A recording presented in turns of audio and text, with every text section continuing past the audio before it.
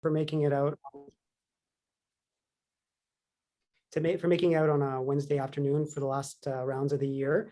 And for people that are joining us in the middle of the night from other parts of the world, thank you for making the effort. I just wanted to say that we wanted to share some of the work that we've been doing over the last few years.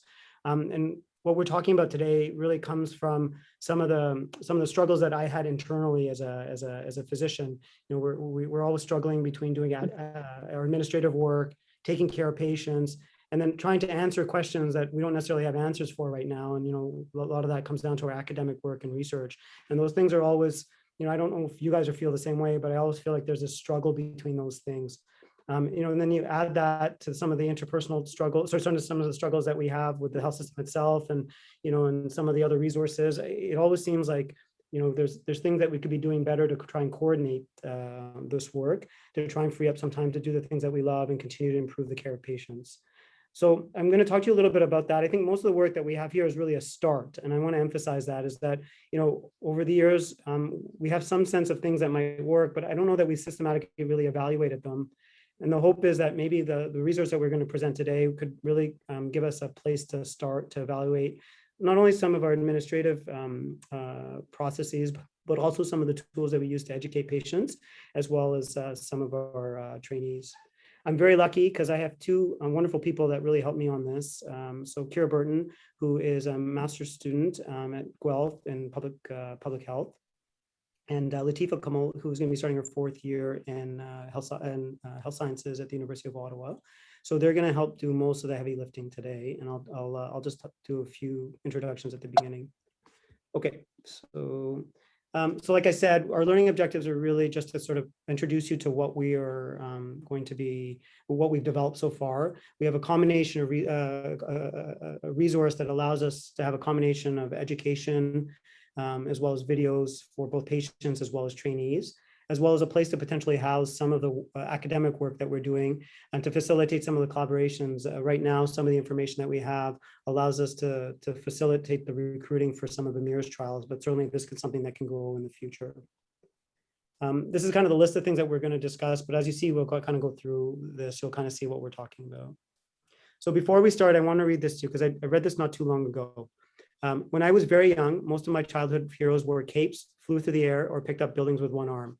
They were spectacular and got a lot of attention. But as I grew, my heroes changed so that I can honestly say that anyone who does anything to help someone else is a hero to me. So I want you guys to know that, like, it's been a tough couple of years for everyone. But I really know how much work and effort and passion you guys have brought to your work. And that, you know, we can never properly say thank you for everything that you've done or that you do for your patients and your institutions on a regular basis. But just know that there's people out there that appreciate it. So if you were to go to healthia.com, which in Hebrew means swift bird, at least the Aya suffix does, this is what you'll see. And so what you should be seeing is that there's an education component and a research component. And really what we're trying to do is see if we can find a way to melt the two together. If we can have people, patients more educated, then that could potentially potentiate our research. And if we do good research, then we could find ways to potentially make sure that people are being educated and making good choices about their healthcare, especially when it comes to pain. You know, I think it's fair to say that if you can't measure it, you can't improve it. And I think that there's a lot of people on this call that feel the same way. I know that the pain clinic itself has been trying a number of ways to try and collect the data so that we can understand trends that maybe we already sort of have a feeling for, but also to identify new types of trends or relationships that we hadn't seen before. Kira and I had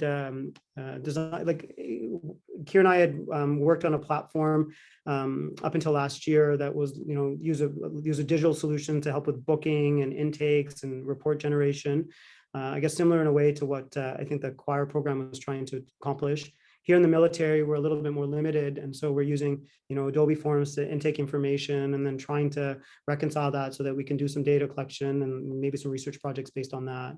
All that to say is that I understand there's always a push and pull, you know, like things that cost a lot we'll have to be worried about the cost, the administration, the security, the ease and efficiency of use and the flexibility of the system. These are all things that, you can't always have a perfect system for, or you're going to have some give and take. We've chosen to go with something that is relatively simple to start, and then we hope that we can build in the future. I just want to show that sometimes things that function well don't also have to be that expensive. So to me, this looks very fancy, but it's an example of an Excel form or Excel database. And basically what they've done is coded it visually. And so that you can click on different buttons to see different trends. So this might cost a few $100s to do. So there are some clever ways to try and come up with systems that could potentially be useful and for clinicians and maybe patients as well. So we are doing some studies here. I know that Amir's on the call and he's been graciously helping us with them. One of them is looking at adverse child events and seeing whether or not that could potentially be predictive of patients that have chronic pain and functional limitations. We are currently recruiting in the Canadian Forces and eventually comparing it to a control group also within the forces. A very clever colleague of ours actually had developed a 2-minute walk version of an upper extremity version where you're lifting a ball up in the air. It's sort of a version of the upper extremity, the 2-minute walk test, where I think that's been used in a number of different studies for different health conditions. And so we've done a pilot on that, but the new one is actually going to be looking at heart rate variability, which is sort of this beat to beat measure of the difference in ECG measures for patients. And the hope is that we can correlate that to pain and mental health issues. There is some literature already that says that it can correlate well with cardiac comorbidity, and so we're seeing whether we can extrapolate that.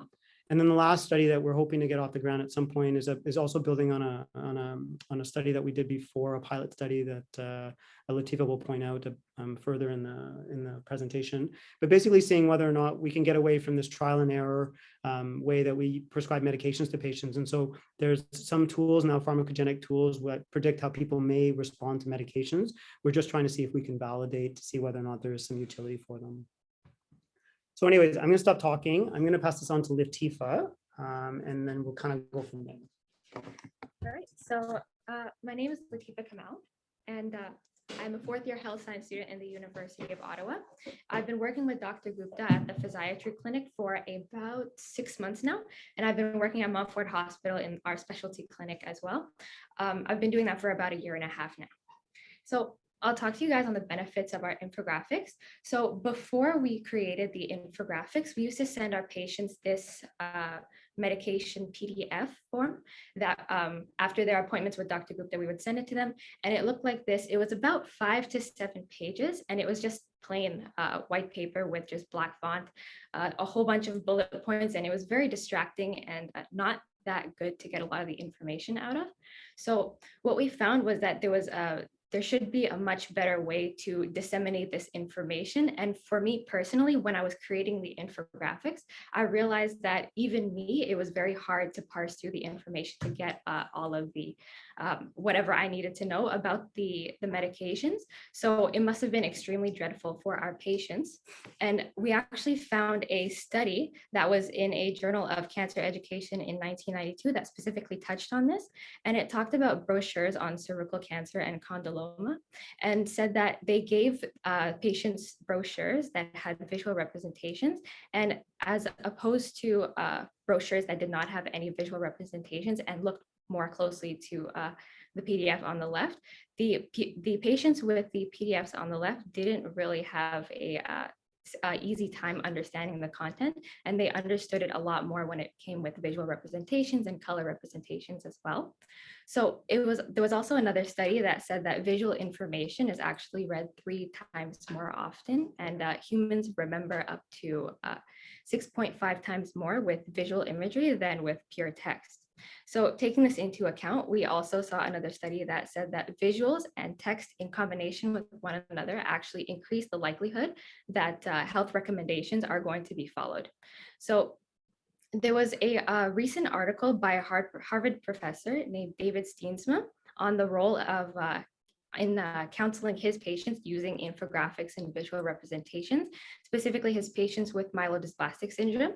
So he would give these patients infographic-like information. And if they came back and they told him that they understood a lot of the information a lot better, especially the more complicated medical and surgical interventions.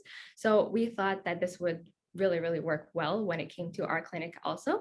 And when you look at how we've used it in the clinic so far, it has really facilitated a lot more easier conversations with the patients when they come back to have appointments with Dr. Gupta. They save a lot of time as well, about 5 to 10 minutes within an appointment. They save about 5 to 10 minutes within the appointment. And with us too, when I work as an administrative assistant with Dr. Gupta, and Kira used to work here as well, we found that disseminating the information, so giving it to patients, sending these links, was actually really helpful with our job as well. So here is an example of the medication infographic. On the right, we have one of Avento. We have a total of 8 of them, and we went through a very extensive trial and error process to figure out what works best, what our patients liked looking at the best visually, and what they got the most out of. And all of our infographics actually have a very similar layout for consistency as well. And I'll go into the entire infographic a little bit later. So here, we found a limitation within our infographics. So one of our limitations is that the infographics themselves can't be directly translated onto the website into French. So the website itself, using Google and Wix's automatic translating function, can be translated, but again, the infographics cannot.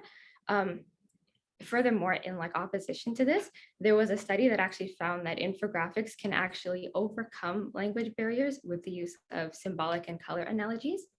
And if I were to click this link for you guys, we can see the specific infographic for Avento. And if you go down, I can show you one of the couple of the symbolic analogies that we use. So these are our symbolic analogies.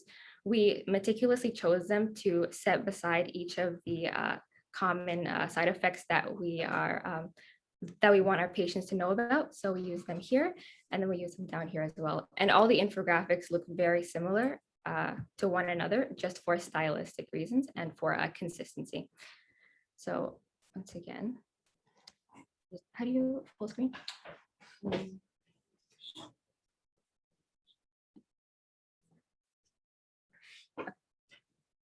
All right, so we thought of some solutions for the limitation of translation. So there's one most efficient way, which would be to figure out a way to get the site to automatically translate the content onto the website. And there's another least efficient way, which would be to go back into the program that I use to make all the infographics and to manually translate everything there. We tried to find a way to automatically translate the content, but it wasn't really working for us. So if you guys know of a way to automatically translate it or have knowledge or experience on that, we would very much appreciate that kind of advice and suggestion as well. Okay. So now on to our injection infographics. So as you can see, the color and the layout are pretty similar to the medication infographics, again, with the use of our symbolic analogies. And we actually have printed versions of these printed out on our information board in our clinic. And I see about one patient every day taking pictures of these. So it just makes us think that they're good enough for somebody to want to take a picture of, to save for later, and to even hopefully share with other people as well. So you see at the bottom left of the infographic there, we have a QR code. So if you take a picture of the QR code with your photo app, it actually takes you to our injection education videos that I will get into our next slide. And again, our limitation here is translations. So for our injection education videos, they're actually, this entire playlist, there's about 4 videos. They're a very recent addition to the website, and I can play it right on here for you guys. We'll play about the first 40 seconds. Frank wants to learn more about treating shoulder pain with injections. Injections can be used to determine if pain is coming from inside the joint and to improve pain, range of motion and function in conditions such as arthritis, where the cartilage has been worn down, frozen shoulder, where the shoulder is stuck, and rotator cuff issues, where it's painful to move. Procedures can include steroids and synthetic gels to treat joint pain expansion procedures to improve range of motion and pain in frozen shoulder, and debulking procedures to reduce calcium as well as improve rotator cuff pain. Injections can be used instead of or where surgery may not be possible, or to potentially select patients that can respond to joint replacement or repair procedures. There's limited data on radiofrequency, blood and sugar injection, and stem cell injection. Okay, so there was actually a study that showed that animated videos actually help to benefit our healthcare professionals, patients, and students alike, even more so than the infographics. So these serve to be like a really amazing potential to be a great resources to use on the website and to use for everybody's benefit. And we have a lot of plans to improve on these videos quality-wise in the very near future. Hopefully before September, I have a plan to do that as well. All right, so I'll pass this off to Kira now to talk to you guys a little bit more. Hey everyone, my name is Kira. So as Gaurav mentioned, I'm doing my Master of Public Health degree at the University of Guelph. I'm in my first year there and doing a placement this summer with PHAC, but was working here at DND with Dr. Gupta and Latifa prior to that for a number of years. So one thing that I was working on with Dr. Gupta before leaving were some rehabilitation videos that we wanted to create for patients. Like with the infographics, we hemmed and hawed over these and went through many renditions before deciding on a style. The style that we decided on is sort of a follow along style. So I'm sure many of you have tried a fitness class online during the pandemic and stay-at-home orders. So these are similar in the sense that the person who is leading the video, which in this case is me, stands in the video, does the exercise, there's a voiceover, and I'm explaining how to do each exercise, how long we're going to do the exercise, so that the person at home, the patient at home, can follow along and do their rehab with somebody on a video screen. We found that this way, that this follow along style made it really flexible for patients. They can pause, rewind, fast forward, they can make it go slower or faster. They can skip sections if they want to. And it also it's on a YouTube video, so it's something that most people know how to use, and it's very easy to share with patients. So the reason that we made these is because we were seeing some gaps in patient care when it came to rehabilitation. Some caused by the pandemic and some caused by just the way that we were handing out rehabilitation information. So in terms of the pandemic, obviously certain patients were not able to come into the clinic. So providing them explanation on how to do rehabilitation at home was nearly impossible. So these videos really help with that.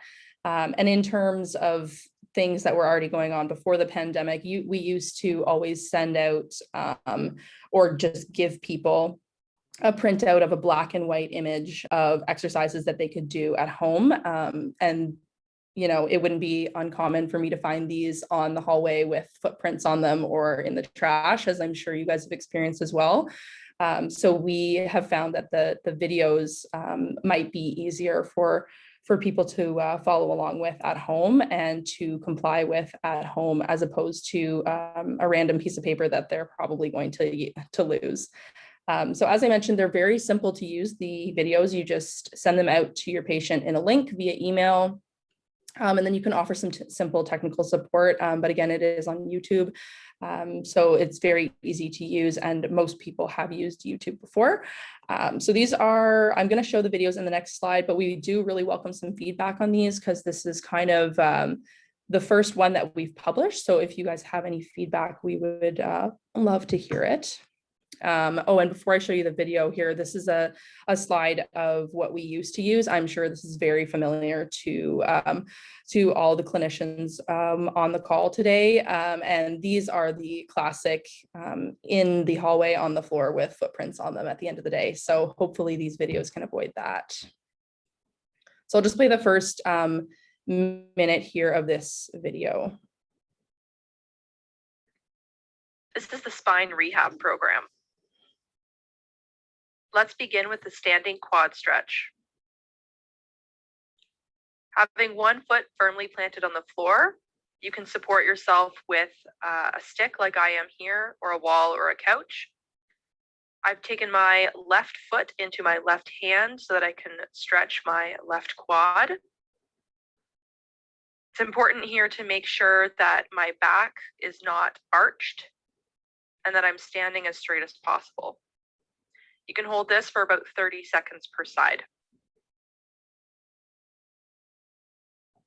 Okay, so we don't need to watch me holding that for 30 seconds, but you guys get the idea of the video. So this one is almost 9.5 minutes long. And I go through a number of different exercises, as you can see down here, as I drag the bar across. And the entire time I'm doing a voiceover to explain common mistakes, things to look for, and how long to hold each stretch. In the rehabilitation programs, we made sure to include a stretch, mobility, and strengthening component. We found with research that those three components really made rehab programs effective. So some other options that you might use in place of ours, or kind of the reason why we decided to make ours, because we found some issues with these other products. We have tried Fizzy Track. There's going to be a second option that I'll explain in a minute. We haven't tried that one, but we have tried Fizzy Track. Dr. Gupta and I tried it at a different, at a clinic outside the Canadian Forces. And it seems like a very cool system. So basically, as a clinician, you can go on and you can make a profile for each one of your patients. It's completely customizable. So once you make the profile, you can assign that patient a specific rehabilitation program to work through. They have really great audio and video instructions for each one of their exercises. And the patient then has the ability to track their exercise completion and the perceived level of difficulty during that exercise. And so you might think, well, that sounds pretty great. Why did you guys make YouTube videos? But we made the YouTube videos because we actually found a lot of issues with Fizzy Track. So one thing that bothered our patients and also us personally was that you're stuck doing the same exercise for multiple rounds. So in the previous video where you saw me doing the demonstration, I moved through each exercise, and then at the end of the video suggest that you go back and do the same exercise routine 2 to 3 times. Whereas on Fizzy Track, if you are doing a standing quad stretch for 30 seconds, you are, and say you're doing it for 3 rounds, you're stuck doing that same exercise for all 3 of the rounds before you can move on to anything else. Our patients found this extremely frustrating. They would rather do different exercises and then go back and start over again. So that was an issue with Fizzy Track that we found, and it's not something that you can change in the Fizzy Track settings. That's just how it is. So that was something that we wanted to address with our YouTube videos, and we feel that we have addressed it. So the second option, as I mentioned, one that we haven't used, is called the Rehab Lab.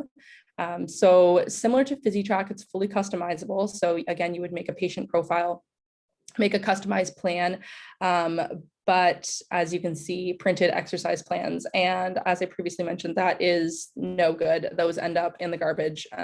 Patients don't actually use them. They get lost. They get thrown out. So it's just not favorable. And there's also no video demonstrations. So if you kind of see up here in this image, they do have some sort of shadow-like descriptions of how to do the exercise. It's a lot of reading for patients, which is not desirable. And sometimes these sort of shadow images of how to do an exercise can be very difficult to follow. And there's nobody pushing you. There's nobody, telling you, okay, we've got 10 seconds left, or we've done this many reps, keep going, which is something that we tried to address with our YouTube videos as well. So as I mentioned, we would like some feedback on our YouTube videos. So if you guys do have a second, you can check out the Healthia YouTube page. And then there's a number of different rehab programs, and you can feel free to use them as well if you'd like.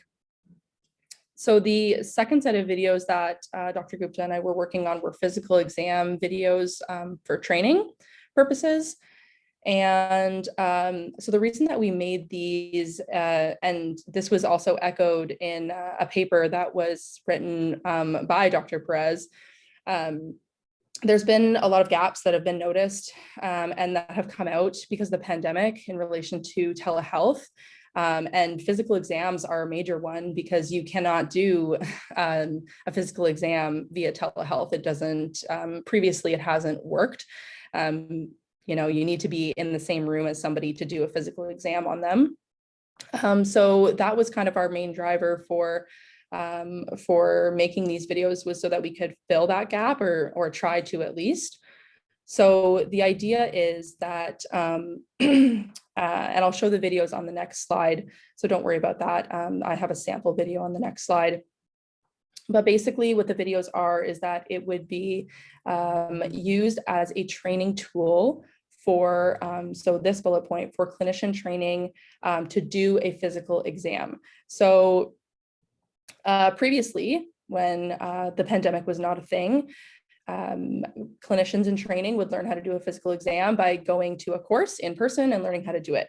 That hasn't been possible, but physical exams still need to be done. You know, we can't go 2 years without learning how to do them or providing them.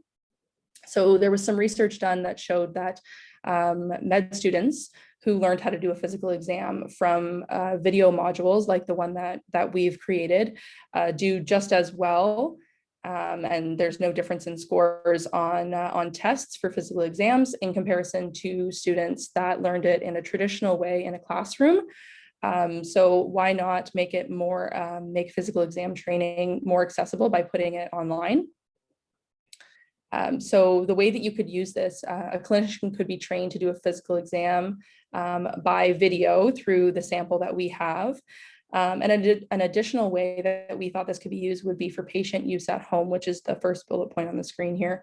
And so a little bit more on that. Basically, what we're kind of thinking is a patient could be at home, watch the video, and mimic the physical exam in the way that's shown in the video.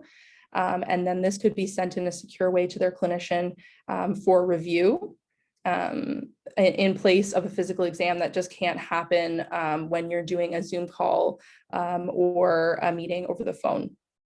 So the mini course that we've created, or the mini video that we've created, is really accessible. Again, it's on YouTube, very cost effective to make, and it's persistent, so it's not going anywhere. And I can show you a little sample of that video here. To an approach of would be important. So basically, this is Dr. Gupta showing to measure. I will just mute the video so that I can speak over it. Basically, this is Dr. Gupta showing all the different steps of the classic low back and hip exam. There's also a neck exam on our YouTube page as well. So you can visit our YouTube page again. We would really appreciate some feedback on this if you guys have any feedback to provide. But it's just Dr. Gupta showing all the different steps, what you might look for, what the diagnostic criteria are, and some considerations as well. So if you guys want to head to our YouTube channel, you can, it's just, our YouTube name is Healthia, and you can just check it out there and provide us with any feedback if you have any. So I'm going to pass the screen back to Latifa, and she's going to discuss website analytics. Okay, so let's talk about our website analytics first. So this is a little screenshot of our April website analytics from Wix. So we can just see that we have an increasing number of returning visitors, but we also have a robust number of new visitors as well. And this can be correlated to the fact that we've been having a lot of follow-ups that we resend links to. And also we've been seeing a lot more new consults in our clinic as well that we've been sending the website links to as well.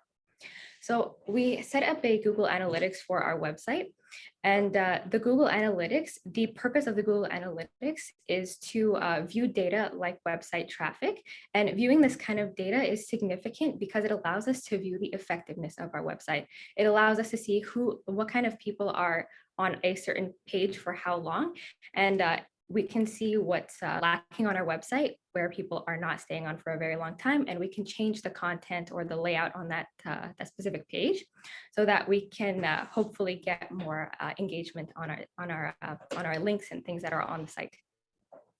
So for our purpose, the purpose of using these website analytics is basically to just see what works. So as Dr. Gupta had mentioned in the beginning, we don't objectively know what works. We're still trying things out. So something that he had mentioned in the beginning as well is that we can conduct studies using this website. So one of the studies that we can conduct is that we can give people the PDF versions, the 5 to 7 page black and white medication information. We can send those half of the patients that kind of information. And then we can send another half of our patients the infographics that we had created.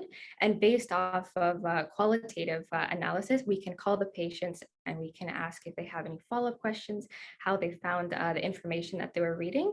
And then quantitatively, we can actually see how many people are actually clicking the links, how many people are downloading all the PDFs, so we can see what the engagement differences are.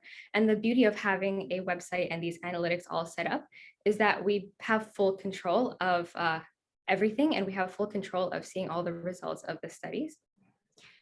So if we go to the next slide, I will explain a little bit more about what Google Analytics are.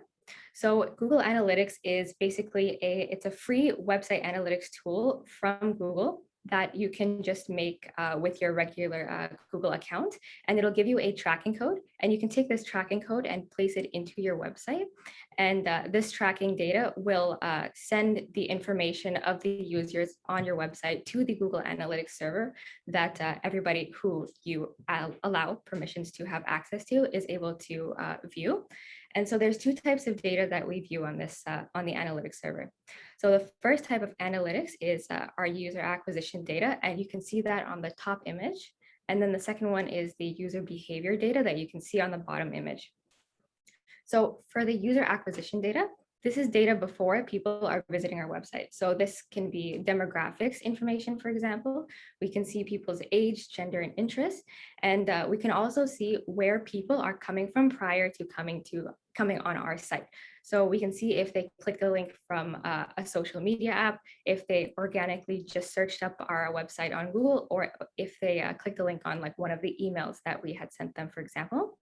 And normally companies use this kind of information to as a guide to reach a specific target audience. So for example, if they see that a lot of their audience is coming from social media accounts, then they will make sure to run more advertisements on a platform like Facebook or like Twitter to get more engagement from there as well.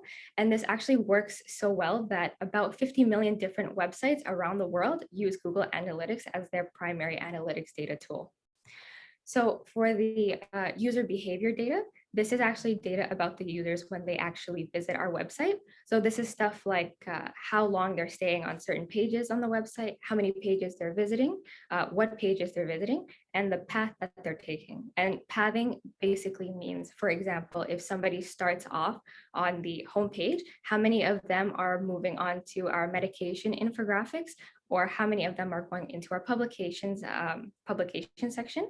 So using this kind of data, it's actually very easy to alter. So by altering the layout of our website, we can alter the kind of behavior data that we see as well. So going into a comparison of our website analytics. So for the top image, we can see that the dark blue is encompassing our current period. So data from our current period is basically from February 21st, 2021, and up to May 21st, 2021. And the light blue in the back of that encompasses a previous period, which is from November 23rd, 2020 to February 20th, 2021. So you can just see that the overall difference is that we have more consistent traffic to our website. And this can be attributed to the fact that we have been sending out links more often to our patients after we see them, especially since the beginning of 2021, when we've actually finalized a lot of things on the website and completely added all the infographics and all the videos onto it as well. You can also see on the bottom left what I had said before. This bar right here is the largest bar of where people are coming from when they come to our website. and it encompasses our direct referrals. So that would be the links that we send them. A lot of our patients go to our website after their appointments to get medication information. So that that makes sense why that would be the highest number. And then on the right here, this is a visitor retention circle chart, and it just tells us that within the newer period of the beginning of 2021, we see that a lot of our visitors, about 96% of them, are actually new visitors. So again, this makes sense because we've been sending out our links more often now more than ever. So I'll give you guys a little bit of an update on the academic works.